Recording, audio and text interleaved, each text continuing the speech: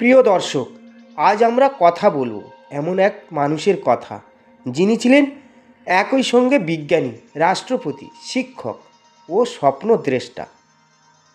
যার জীবন আমাদের শেখায় স্বপ্ন সেটা নয় যা মানুষ ঘুমিয়ে দেখে, স্বপ্ন সেটাই যা মানুষকে ঘুমাতে দেয় না। তিনি আর কেউ নন, ভারতের মিসাইল ম্যান, জনগণের রাষ্ট্রপতি, ডক্টর এপিজে আব্দুল কালাম। আজকের এই ভিডিওতে আমরা জানব তার সংগ্রামী জীবন, ব্যর্থতা থেকে সাফল্যের পথে যাত্রা, বিজ্ঞান ও আধ্যাত্মিকতার অপূর্ব মেলবন্ধন এবং তার সেই অমর বাণী যা লক্ষ লক্ষ তরুণের জীবন বদলে দিয়েছে। ভিডিওটি শেষ পর্যন্ত দেখেন, কারণ এইটি শুধু একটি গল্প নয়, এটি একটি জীবন বদলে দেওয়ার অনুপ্রেরণা। ডক্টর এপিজে আব্দুল কালামের জন্ম 15ই অক্টোবর 1931 রামেশ্বর, তামিলনাড়ুতে। তার পূর্ণ নাম ছিল আবুল পাকির জৈনুলাবুদ্দিন আব্দুল কালাম। তিনি জন্মেছিলেন এক অত্যন্ত সাধারণ পরিবারে। তার বাবা জৈনুলাবুদ্দিন ছিলেন একজন নৌকা চালক ও ইসলাম, আর মা আসিয়াম্মা ছিলেন একজন স্নেহশীল গৃহিণী। ছোটবেলায় কামাল নিজেই পত্রিকা বিক্রি করতেন পরিবারের আয়ে সাহায্য করার জন্য। এখান থেকেই শুরু হয় তার শিক্ষা, পরিশ্রম, সততা ও আত্মসম্মান। একটি ছোট শহর, একটি দরিদ্র পরিবার আর এক শিশুর অদম্য স্বপ্ন। আজ মুক্তিবাণী এই বিশেষ নিবেদন আমরা জানব সেই মানুষটির কথা, ভারতের missile man doctor APJ Abdul কালাম।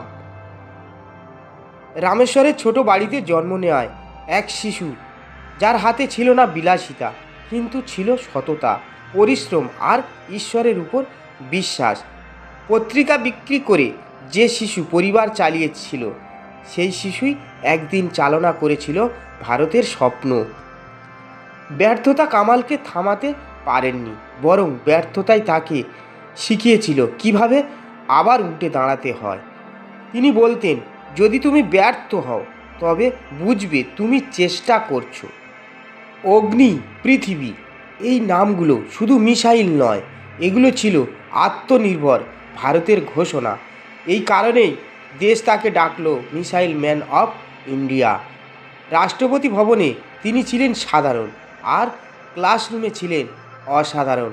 তিনি বলতেন, আমি আগে শিক্ষক, তারপর রাষ্ট্রপতি। কামাল পড়াশোনায় ছিলেন অত্যন্ত মনোযোগী। তিনি বিশ্বাস করতেন শিক্ষাই মানুষের চরিত্র গঠন করে। তিনি পড়াশোনা করেন Saint Joseph college, Madras university of technology. এখানে তিনি প্রথম উপলব্ধি করেন, জীবনে বড় হতে হলে বড় স্বপ্ন দেখতে হবে। একবার একটি ছোট্ট প্রজেক্ট ব্যর্থ হলে তার শিক্ষক বলেছিলেন, কামাল, আমি তোমার কাছ থেকে বেশি আশা করি। এই কথাটাই তার জীবনের মোড় ঘুরিয়ে দেয়। বিজ্ঞান হিসাবে ডক্টর কালাম যুক্ত হন ISRO, অর্থাৎ ভারতীয় মহাকাশ গবেষণা সংস্থা। আরও একটি সংস্থা ছিল DRDO, প্রতিরক্ষা গবেষণা সংস্থা। তিনি ছিলেন ভারতের প্রথম উপগ্রহ উৎক্ষেপণ বাহনের প্রধান প্রকৌশলী। অগ্নি ও পৃথিবী মিসাইল প্রকল্পের মূল স্থপতি। এই জন্যই তাকে বলা হয় মিসাইল ম্যান অফ ইন্ডিয়া। কিন্তু এত সাফল্যের মাঝেও তিনি ছিলেন বিনয়ী। তিনি বলতেন, মহান হওয়ার আগে ভালো মানুষ হও। একবার একটি উৎক্ষেপণ ব্যর্থ হলে সারা বিশ্বের সামনে কামাল মাথা নিচু করে দাঁড়িয়েছিলেন। কিন্তু তার গুরু বিক্রম সারাভাই বলেছিলেন, ব্যর্থতার দায় আমার, সাফল্যের কৃতিত্ব তোমার। এই ঘটনা কামালকে শিখিয়েছিল একজন সত্যিকারের নেতা কেমন হন। ভারতের রাষ্ট্রপতি হিসাবে ডক্টর কালাম। 2002 সালে ডক্টর কালাম হন ভারতের 11তম রাষ্ট্রপতি। তিনি ছিলেন সাধারণ মানুষের রাষ্ট্রপতি, শিশুদের প্রিয় রাষ্ট্রপতি। রাষ্ট্রপতি ভবনে তিনি থাকতেন সাধারণ জীবনযাপন করে। তিনি বলতেন, দেশ তখনই উন্নত হয় যখন তার যুব সমাজ স্বপ্ন দেখতে শেখে। শিক্ষক হিসেবে ডক্টর কালাম রাষ্ট্রপতি হওয়ার পরও তিনি নিজেকে বলতেন, আমি একজন শিক্ষক। শেষ দিন পর্যন্ত তিনি ক্লাস নিতেন, ছাত্রদের সঙ্গে কথা বলতেন। দুঃখজনকভাবে 27শে জুলাই 2015 শিলংয়ে বক্তৃতা দিতে গিয়ে তিনি মঞ্চেই শেষ নিঃশ্বাস ত্যাগ করেন। একজন শিক্ষক হিসেবে শিক্ষার্থীদের মাঝেই আধ্যাত্মিকতা ও দর্শনে ডক্টর কালাম ছিলেন গভীরভাবে আধ্যাত্মিক। তিনি কোরআন, গীতা ও বাইবেল সব কিছুর মধ্যেই সত্য খুঁজে পেতেন। তিনি বলতেন, বিজ্ঞান ও আধ্যাত্মিকতা একে অপরের বিরোধী নয়, বরং পরিপূরক। ডক্টর কালাম সাহেবের কিছু অমৃত অমর বাণী। স্বপ্ন দেখো, কারণ স্বপ্নই চিন্তাকে জন্ম দেয়। যদি ব্যর্থ হও তবে বুঝবে তুমি কিছু নতুন করার চেষ্টা করেছিলেন। উৎকর্ষতা একটি ধারাবাহিক প্রক্রিয়া, কোনো একক ঘটনা নয়।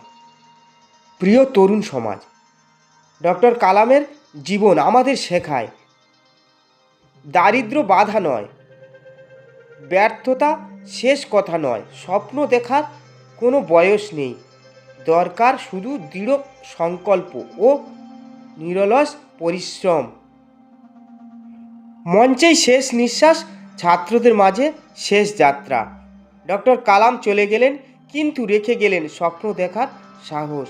আজ প্রশ্ন একটাই, আমরা কি সেই স্বপ্ন পূরণ করতে প্রস্তুত? ডক্টর এপিজে আব্দুল কালাম ছিলেন না শুধু একজন ব্যক্তি, তিনি ছিলেন একটি চিন্তাধারা, একটি অনুপ্রেরণা, একটি আলো।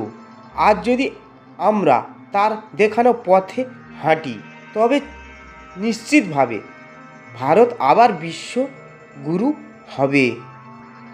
তো বন্ধুরা, ভিডিওটা ছিল এই পর্যন্ত। যদি ভিডিওটা ভালো লাগে বন্ধুদের মাঝে শেয়ার করবেন, কমেন্ট করবেন, লাইক করবেন এবং আপনার মতামত জানাবেন। জয় হিন্দ, বন্দে মাতরম।